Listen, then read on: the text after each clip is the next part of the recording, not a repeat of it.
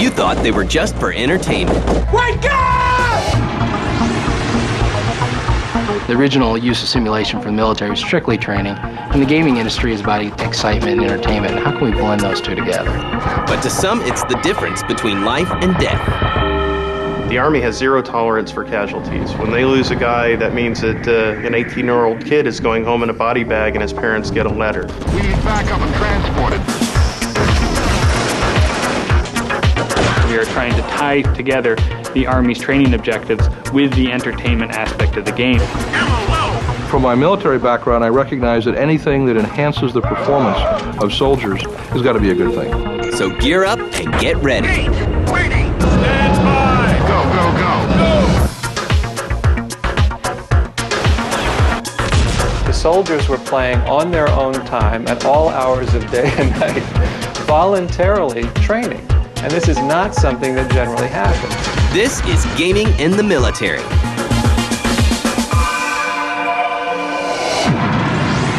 We're under heavy fire.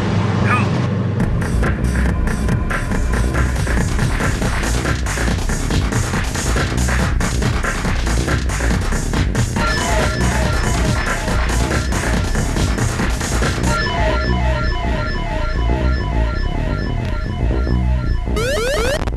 1982, the U.S. Army considers using the popular arcade game Battlezone as a training simulator for the Bradley fighting vehicle.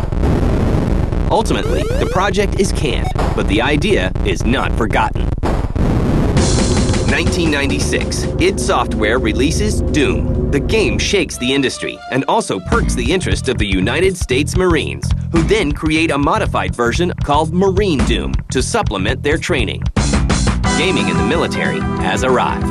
The Army has had some success in adapting commercial titles to use for portions of their training. For instance, I know they've adapted Doom, and some groups have used Quake, and we even talked to one group that was using Medal of Honor, and they were using it to get down their squad movement and movement by fire and a lot of their drills.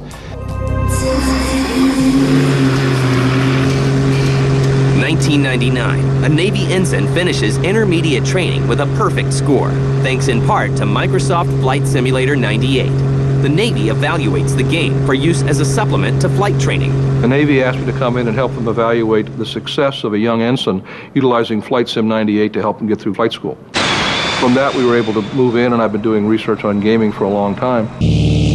From my military background, I recognize that anything that enhances the performance of soldiers, especially the young soldiers who are much more game-oriented, has got to be a good thing. While using simulators is common in the military, the value of adapting a retail game into a training tool cannot be ignored. The original use of simulation for the military was strictly training, and the gaming industry is about excitement and entertainment. How can we blend those two together? What we had to do was decompose the games to find out what elements of the game could be useful for real training. A lot of games, obviously, you shoot somebody with an M16 and they blow up. Well, that doesn't really happen. So that was negative training, so we'd have to take that part out. To be successful in the game, to continue to have fun in the game, to be entertained by the game, you need to learn the lessons that the Army wants you to learn. So we are trying to tie together the Army's training objectives with the entertainment aspect of the game, so that basically the same play will serve both masters. The hard part then came in looking at the training programs to find out if we could detail what those requirements were against the actual games. And we were successful in several cases, both in first-person shooter and crew games, utilizing Spearhead for tank training and utilizing Rainbow Six for a first-person shooter. Cost is one of the biggest factors contributing to the use of commercial games.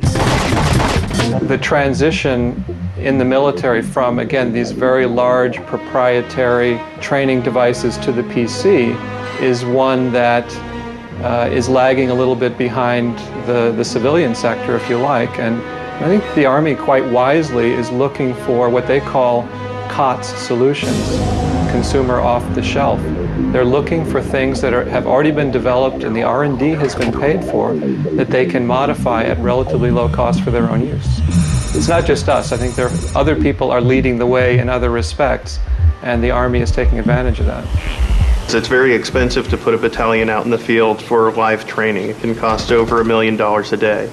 Because that's so expensive, troops don't get a chance to do it all that often, and it also takes a whole lot of room. So the Army really wanted something that would help reinforce training that the soldiers could do every day in their barracks. By no means is this a replacement for live-action training or training in the field. It's actually seen more as a supplement to something they can do day to day in their downtime. Thanks to COTS, for less than $5,000, the military can have a machine that does the same job as a $650,000 simulator. As one example of COTS in action, in 2000, the Army adapts Novologic's Delta Force games as training sims. We were in touch with a now Major Illingworth over there who was interested in how basically computer games could be used to help train soldiers.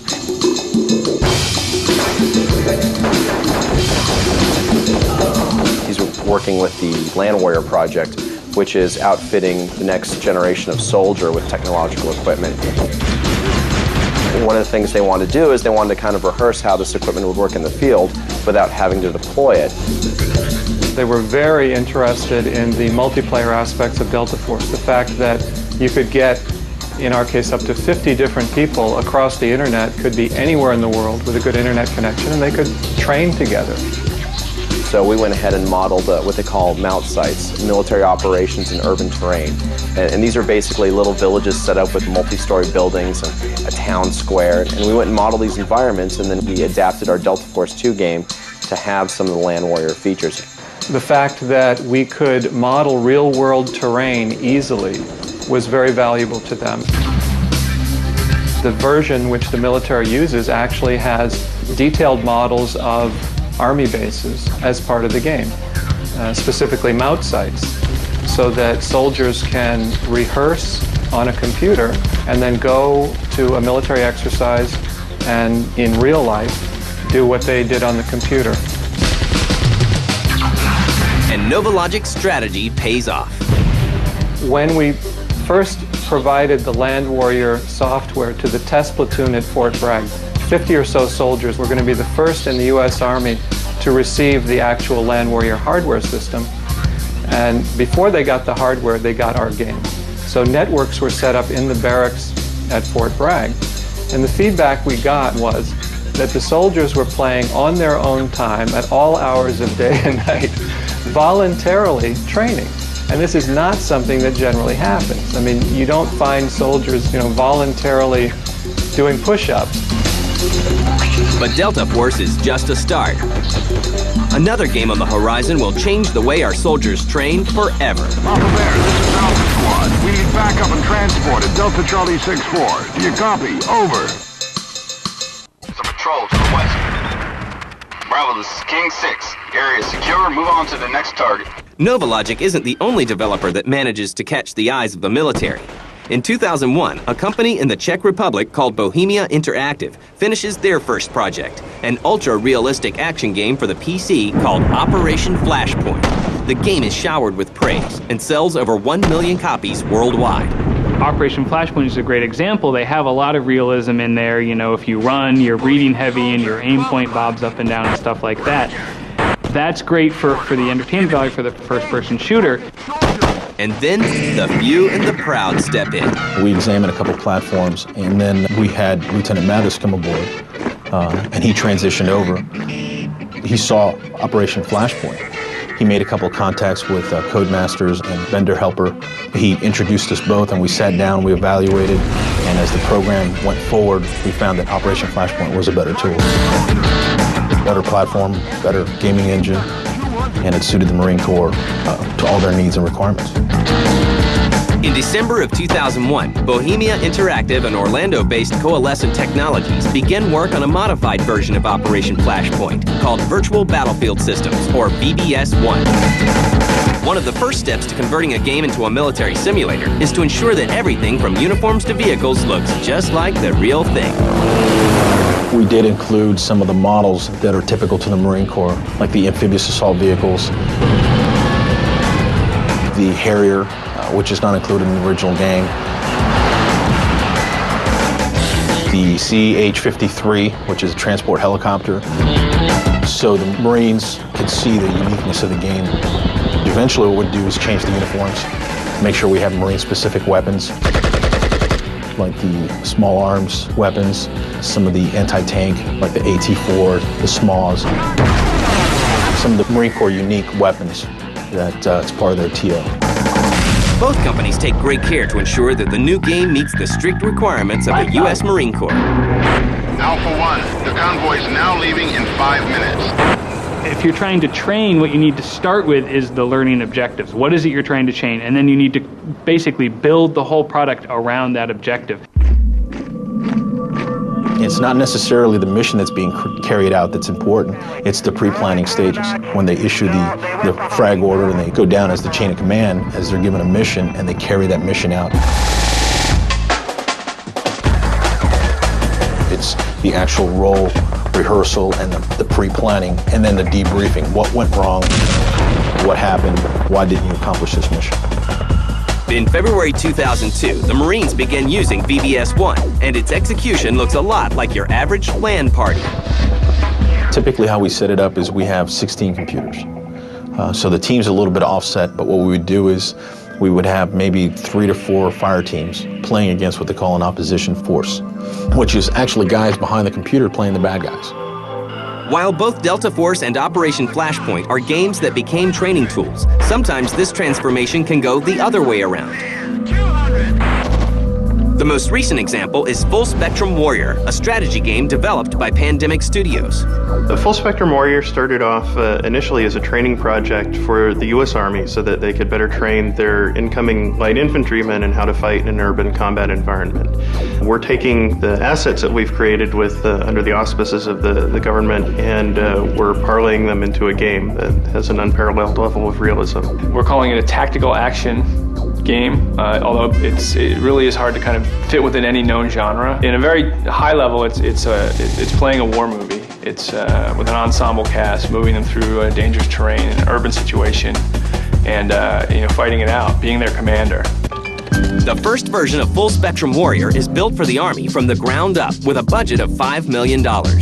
One of the primary differences between what they did with us and what they did with the other games is that rather than adapting an existing civilian software product, they actually came to us and formed the software product so that it directly incorporates their training and doctrine in the very core of the gameplay.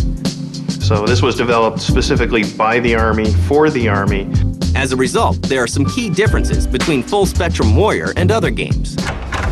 The goal for most games is purely on excitement and the emotional thrill and the graphical experience. Tango down! Whereas the Army's goals are really to train their soldiers, not necessarily to make big explosions, but to accomplish their mission with the least possible use of force, and also to keep their guys safe.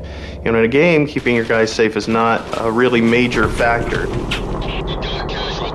If you lose a guy, you just hit reload or you get another life. The Army has zero tolerance for casualties. When they lose a guy, that means that an 18-year-old kid is going home in a body bag and his parents get a letter. And to turn this military game into a commercial product, a little bit of Hollywood comes into play. When people play games, they expect a little more graphic and audio impact, akin to what they see in movies. Some of the ways that that's evidence is when an M4 fires, it really isn't a super loud, ear-shattering crack. But for a gamer's perspective, that's what he's used to seeing in movies, and there's a payoff there, a visceral thrill to hearing that when he has his guys shoot. So we make some changes basically to sort of Jerry Bruckheimer, the Army version. We'll have a story to kind of keep it all together so it makes sense and progresses through. So what type of cargo does it need to have? Something that we wouldn't want the bad guys to get. We're also going to add more individuality to the characters. In the Army version, who the characters weren't as important as just making sure that they behave like humans. But in a real game, I think that players are going to expect that those are actually characters. When Pandemic Studios finishes the Army version of Full Spectrum Warrior, the top brass is impressed. They had a blast. The reaction's been through the roof. They were really blown out of the water in terms of what they've gotten. Their traditional simulations like this are like Excel spreadsheet, little dots, top down, move it runs a little, very turn-based. And they were just amazed that they are able now to actually visualize what it means to be in an urban combat situation. With the Army version done, Pandemic focuses on the retail version, which hits store shelves in the first quarter of 2004. Contain the enemy with explosive force. Meanwhile, the Army decides to try their hand at something completely different. That's not the enemy!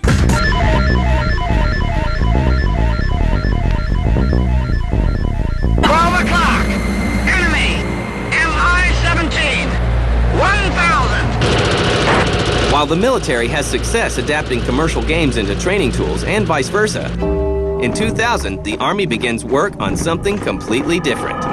The project is a game, but instead of using it as a training tool, it will be used for recruiting. The name of the game is America's Army. Colonel Wardinsky, who came up with the idea, he saw his teenage son being online quite a bit. So he came up with the notion of saying, why not play Army, if you will, on the internet? So it seemed like a natural marrying up of the Army, a new piece of technology, and the internet. And that was the idea that sort of led to building the Army game. Uncle Sam enlists the aid of the Moves Institute in California to help make the Army game. The budget is estimated at $7.5 million. The mission of the Moves Institute is to do basic research, application, and education in the grand challenges of modeling virtual environments and simulation. Areas we work in are 3D visual simulation,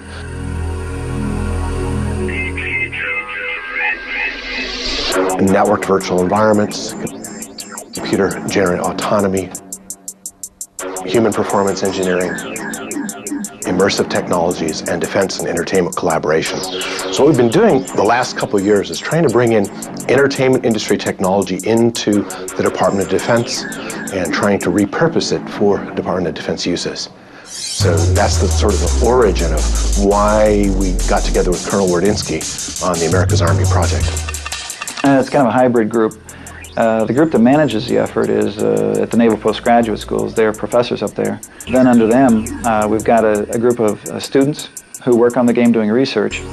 And then we brought in from industry individuals to fill each of the key roles, designer, producer, or animator. And so it's a mix again. And just as Novalogic learned before, the development team for America's Army finds out that the military isn't your typical customer. Okay, we have a very demanding client. Wake up! Which is the U.S. Army. We're basically the developer, but we're kind of an in-the-tent developer. You know, what we have to do is produce something entertaining, something that is Army accurate, something that is also meshes with the political message that the U.S. Army would like to show about itself. It has to pass muster from Casey's team. It then is shown to the Deputy Assistant Secretary of the Army. We have the specialists in the Army check the game out for accuracy, and then and only then can we put it up onto the internet for download. And some very unique steps are taken to prepare the America's Army team. And I started taking the developers out to the various Army posts across the continental United States to include Alaska.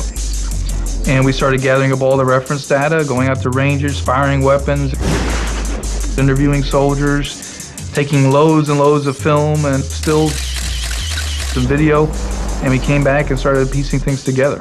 What we had to do is educate them about the Army. So this is kind of an interesting thing we did in our project. We bought BDUs for everyone, we bought them the boots, and we shipped them off to 19 different Army posts. And we had them go through the rifle range at Fort Benning and learn how to throw hand grenades,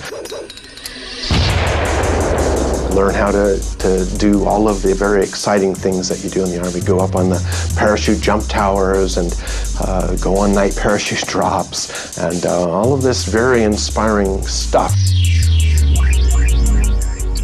Good morning, soldier, and welcome to the M16 qualification range. Today's task is to qualify with the M16A2 rifle.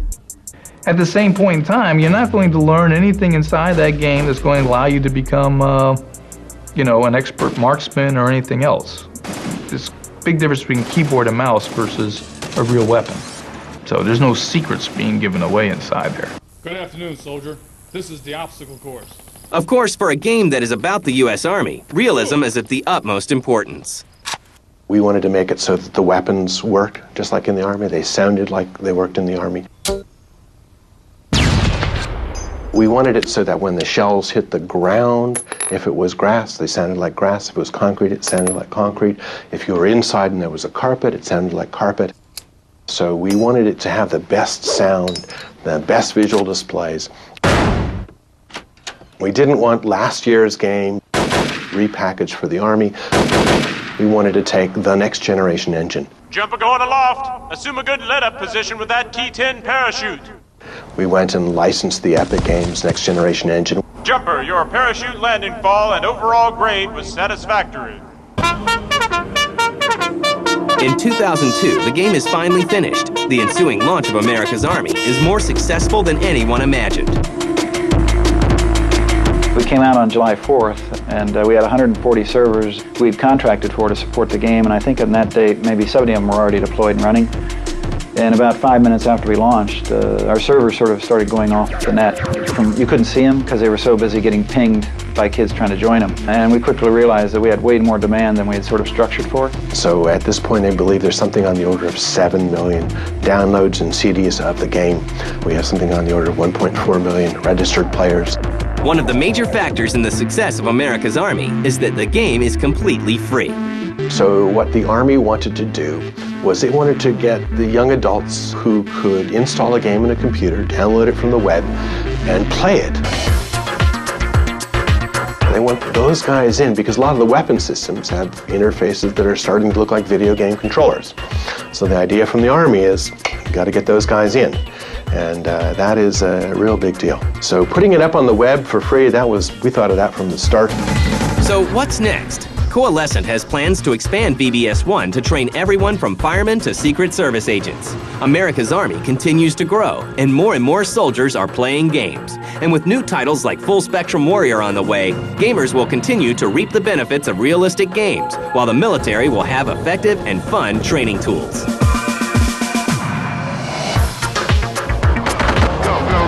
Stick together and stay near the road.